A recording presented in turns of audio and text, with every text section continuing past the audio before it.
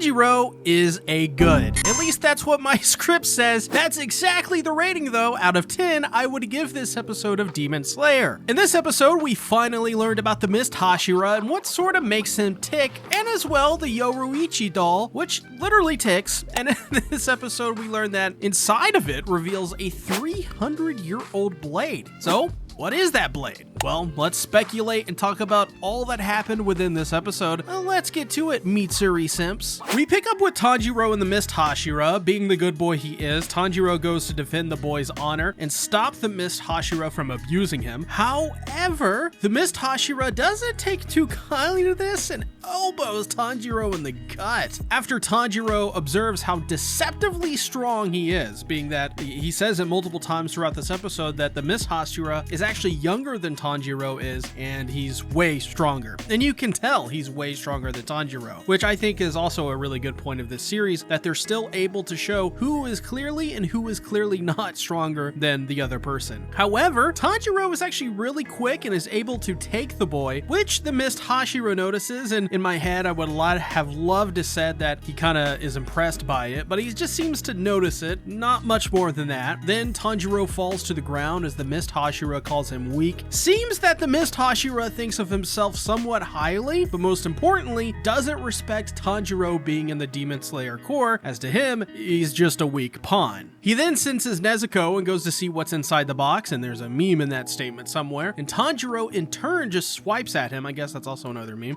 Side note, I do actually love how calm and collected the Mist Hashira is in this entire moment, and really this whole situation. It shows that, to me, he's thinking entirely on a different level than from pretty much any other character we've seen in this series before or prior to. And it turns out that the Mist Hashira actually does want this key that the boy has, but he won't give it up, even under torture, which shows his resolve. And the reason is because it's very fragile, it'll break soon, so he wants to make sure that this key is used for the right reasons. Makes sense. Though, I think the Mist Hashira is also a little dense to normal human interaction, and this is something I clocked in this moment, but throughout the entire episode as he just matter-of-factly explains why the boy can't handle torture, which, you know, I'm sure he gets the idea when you say torture. I think he understands that concept. It also goes to show how highly the Mist Hashira thinks of himself and other Hashiras, that he even thinks that people below him are actually stupid. However,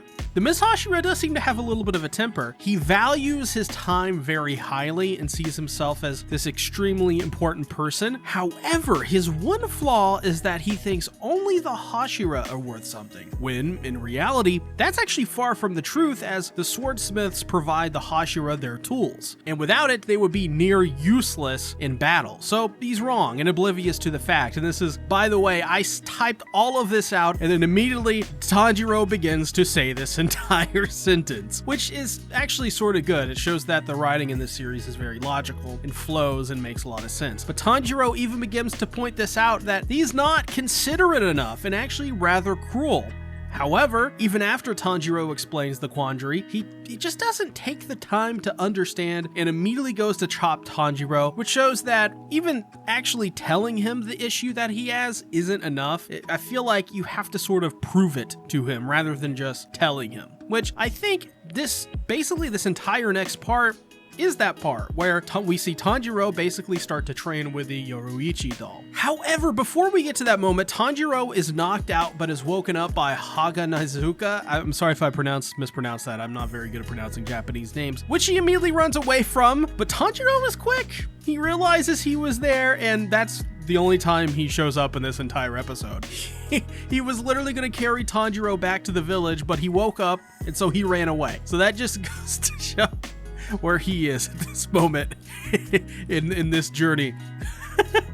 I thought it was just funny. But anyways, we then learned that the kid actually handed over the keys anyways, and it actually made him happy that someone like Tanjiro would even stand up for him, especially against the Mist Hashira of all people. And all I could think of is just how adorable. And really, honestly, this series, I feel like I could do an entire video just on how cute the Demon Slayer franchise is. Like how deceptively, almost like it has a very subtle slice of life and like kind of like moe stuff going on, like from K-On! Like it has that sort of influence from it that I really enjoy. So yeah, tell me in the comments below if you want to see a video going over that. I'd actually love to make something like that, but only if you guys want to see it and it gets views. But it turns out he needed that key that he gave away to make this doll move. And the doll itself is actually really unique. It's modeled after Yoruichi, but it is able to overpower a man. It has over 108 moves. Imagine that. And it can even be used for training. If you think about it, it's sort of like an action figure for adults in a sense. And it's called Mechanical Doll Yoruichi Type 0, which may mean there's more types of this out here, maybe for different people. Maybe one day they're going to make a Rengoku doll. That would be pretty interesting. But I really do think this whole concept is really cool. I even think the doll itself is really cool because it's modeled after Yoruichi. There's just a little bit of a hint of world building to that the Demon Slayers are inspired and love Yoruichi so much that they would make basically a doll that is almost as strong as a Hashira. We then see the Mist Hashira fight the doll, and while I'm impressed with the Hashira, I think the doll is even more impressive because they gave it 6 arms because it didn't have nuanced movement, and it's just a really awesome concept. And I think it's impressive that a doll can be that much of an asset to the Hashira, especially the Miss Hashira, who is clearly very strong. Though we do learn from the boy, he had a bit of a rough life growing up, and then while all of this is being talked about, we even learned that Yoruichi was alive 300 years ago, so his life was many moons ago. But we then see Tokito's crow, who has a really funny voice in my opinion, and even bites Tanjiro, which is a really funny visual, and which actually also triggers Tanjiro into remembering the dream he had about Yoruichi and his father. So this is another thing that I want to bring up. Why is he having dreams about his father, but Yoruichi was alive 300 years ago? Maybe this is one of his great ancestors, one of his great grandfathers. Because as we get into this, the boy even mentions that, this could possibly just be an inherited memory, maybe from one of his grandfathers. So I thought that was very fascinating. And we're going to talk about more of that at the near the end of the video, but you'll see. Also, a side note, Tanjiro really doesn't like this bird talking mad smack, but at the end of it all, he sort of caves into the pressure. So it seems like that bird really got to him, which is really funny. So the boy's name, by the way, named Kotetsu, which I think is a really cool name. But Kotetsu and Tanjiro then witness the doll's armor being broken, which is sort of shocking for them. And so Kotetsu just runs off, which Tanjiro goes after him, tries to sniff him out. He finds him in a tree. Tanjiro... Oh, I love this. Tanjiro then tells him that he must try harder as he has a bright future ahead of him. However, he feels like a loser and that it will all end with his generation since, he's had people in his family already die. However, Tanjiro jumps up, grabs the ledge, and hangs on with one arm and proceeds to have this really deep and intricate conversation about life with Kotetsu. So this whole framing is really funny, but Tanjiro even states that even if he isn't successful, then someday somebody will do it, whether it be future generations of family or elsewhere. So it's important now to do the work today for those people tomorrow. And this puts life back into Kotetsu, which makes Tanjiro smile because, Tanjiro's a good boy. Look at him. You just love him. They pass the Miss Hashira on their way back. He has done trading and has destroyed the doll along with his sword. And so he just decides, I'm going to take one of the doll's blades, arm and all.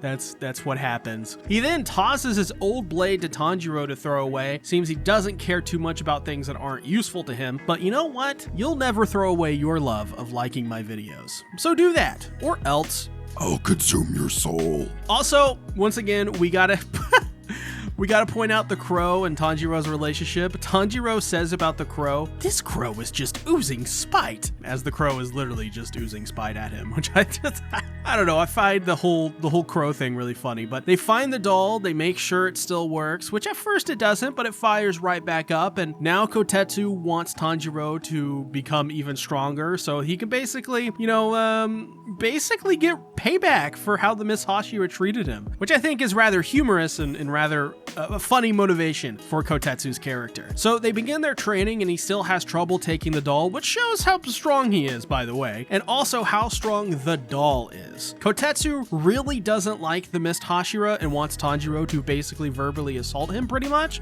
but you know, Tanjiro's a good boy, so he doesn't give in. Kotetsu, though, he's really harsh on Tanjiro about his faults and about him failing, and even after the doll sends him head first, skidding across the ground, by the way, which is hilarious, but he continues to punish Tanjiro, not even allowing him food for the day. Tanjiro then, like, I guess freaking dies, lol, and is brought back by a bunch of warm hands massaging him in the afterlife, and he falls down into a stream. He sees like a blue light in water, but it turns out it's some sort of stone. So he goes towards it and he grasps the stone, and basically this is him sort of grasping the way the doll fights. Through this, he is able to discover and learn more about himself and fighting, and now he is able to see through the doll's offense, and he was able to succeed finally and get food again, which of course he loved because, you know, I've said it a million times, Tanjiro's a good boy. Kotetsu then, though, notices Tanjiro is too nice and hesitates a little bit in the next fight, but he's still able to push past it and then land on his spine for all of his work, which, you know, I actually, if you don't know, I did have that happen to me when I was 12 years old in middle school. I was lucky to not be paralyzed, but that's what my doctor told me. Because I told him that, and he's like, yeah, you're lucky you're not